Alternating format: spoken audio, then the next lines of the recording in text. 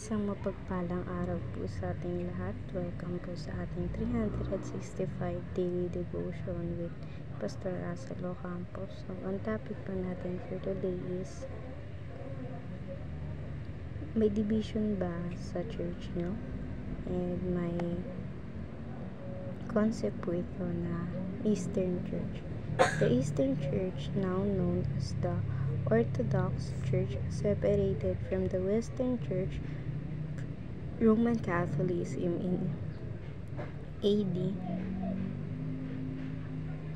1054 due to theological, political, and cultural differences.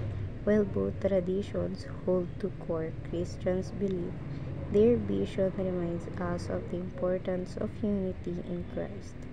True unity is not found in institutional alignment but in a shared faith in the gospel and the life-centered of Christ.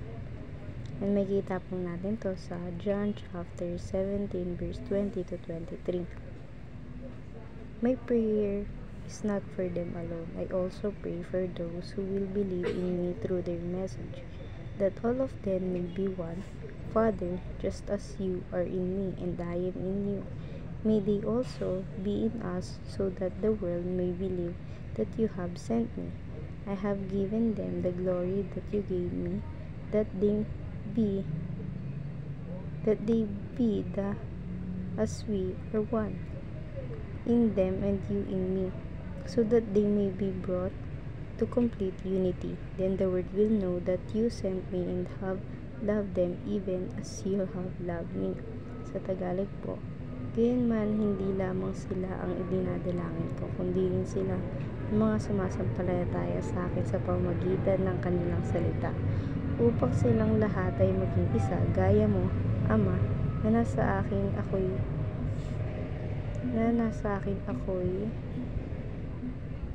sa iyo sana manatili sa atin, upang sa sanlibutan ay sumampalataya na ako'y iyong sinugo.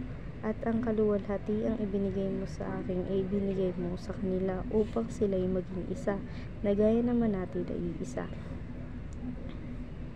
Ako ay nasa kanila at ikaw ay nasa akin, upang sila'y maging ganap na isa, upang malaman ng sanlibutan na ikaw ay ang sugo sa kanila, sa akin, at sila'y iyong minahal kung paano ako'y iyong minahal. And i-share ko po yung mga natutunan ko sa naging topic po natin for today. So, simulan po natin sa teaching na ibinigay po sa atin. First teaching, true unity is spiritual, not merely organizational.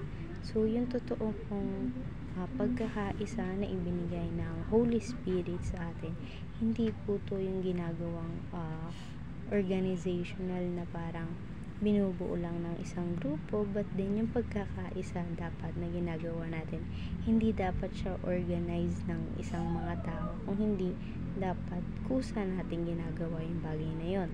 Sa second teaching naman, sowing disunity in the church is opposing Christ. So yung mga ginagawa po natin sa church na parang taliwas, or parang kumbaga naghihiwalay-hiwalay tayo after ng service, opposite po siya sa gustong mangyari ng ating Panginoon, na parang na-opposite yung kagustuhan dun ng ating Panginoon. Ngayon naman sa third teaching, true Christians are convert to Christ, not to a religion. So, yung mga totoong Kristiyano po, nagpa-convert sila dahil sa ating Panginoon, hindi nagpa-convert sila dahil lang sa isang religion. So, magkaiba po yung dalawang bagay na yon. Ngayon naman sa application na tayo. First application, pursue unity in Christ and avoid causing division. So, i-pursue po natin yung pagkakaisa para sa ating Panginoon, and iwasan po natin yung pagkakaroon ng iba't ibang mga grupo na kumbaga hiwa-hiwalay tayo palagi. Ngayon naman sa second application, love fellow believers despite differences. So, mahalin po natin yung kapwa natin na naniniwala sa Panginoon, even though kahit iba-iba tayo ng mga pananaw sa buhay, mga career natin sa buhay, Pero yung mga kasamahan natin sa church, dapat mahalin natin sila, lalo na yun sa pagmamahal natin sa Panginoon. Ngayon naman sa third application, focus on what unites rather than what divides. So, mag-focus tayo sa kung paano natin mapapalaganap yung pagkakaisa. Hindi doon sa mag-focus tayo kung paano pa natin magkakaroon ng pagkakaroon ng iba't ibang grupo.